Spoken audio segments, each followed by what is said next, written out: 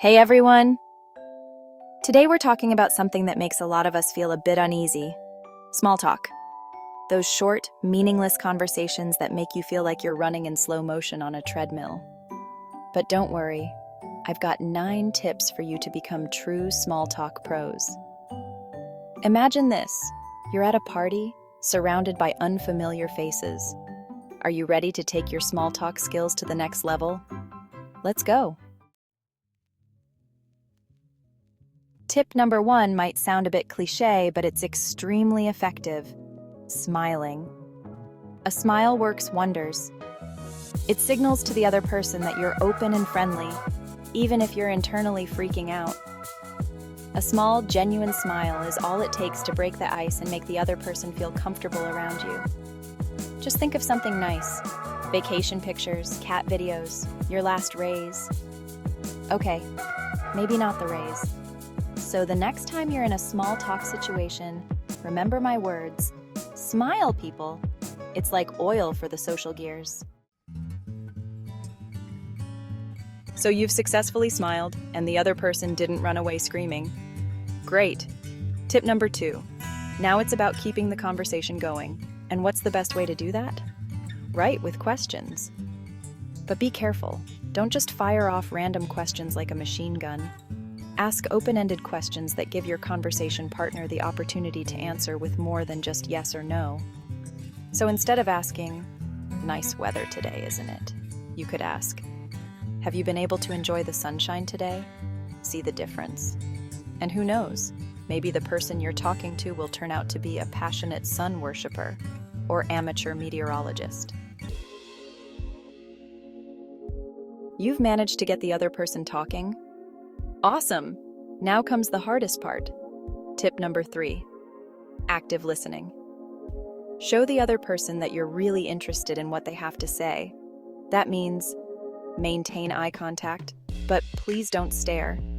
Simply nod and occasionally make small affirming noises. Aha, interesting, tell me more. And very important, leave your smartphone in your pocket. There's nothing ruder than constantly looking at your phone during a conversation. So phone away, ears open, and listen up. Tip number 4. Share something personal, but please don't be too open at the beginning. Small talk is like a dance. It's about finding a balance between give and take. Tell something personal that keeps the conversation going, but avoid topics that are too private or inappropriate. Your last wild night out, the awkward encounter with your ex at the supermarket, or the results of your last colonoscopy are definitely off limits. Keep it light and casual. Talk about your pet, your hobby, or your last vacation. This gives the other person the opportunity to get to know you better and find common ground for further conversation. Tip number 5. Common ground. The glue that holds conversations together. Have you ever noticed how fast time flies when you're talking to someone who shares your interests? That's because common interests act like a kind of social glue. They immediately create a connection and allow the conversation to flow effortlessly. But how do you find these magical commonalities? It's simple. By listening carefully and asking clever questions. Did your conversation partner mention their love of cats? Perfect. Then chat about your own pet, or tell them about that funny cat video you saw the other day. The important thing is to be authentic and not pretend to be someone you're not. Tip number 6. Difficult topics. Hands off. There are topics that are like a ticking time bomb in small talk. Politics and religion. Sure, you can talk about anything, but small talk is about creating a relaxed and pleasant atmosphere. So stick to more harmless topics like the weather, hobbies, travel, or food. This way, you avoid a nice small talk turning into a heated debate that ends in an argument. Tip number 7. A good joke can work wonders. It lightens the mood, makes people laugh, and makes you likable. But be careful. Humor is a tightrope walk. What one person finds funny, another may find inappropriate or even offensive. So avoid jokes that are at the expense of others, sexist or discriminatory. Instead, go for situational humor or tell a funny anecdote from your life.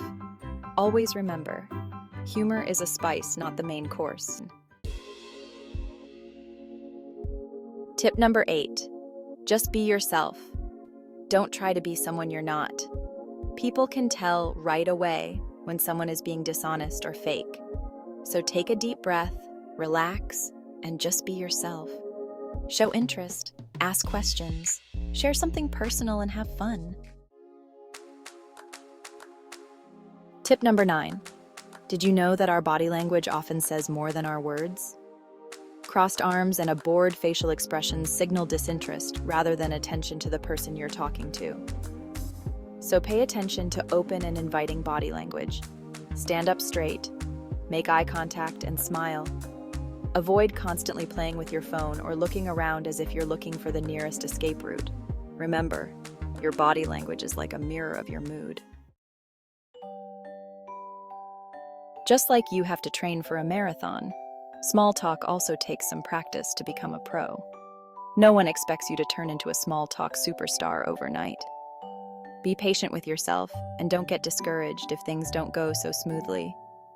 The more you put yourself in small talk situations, the more confident you will become.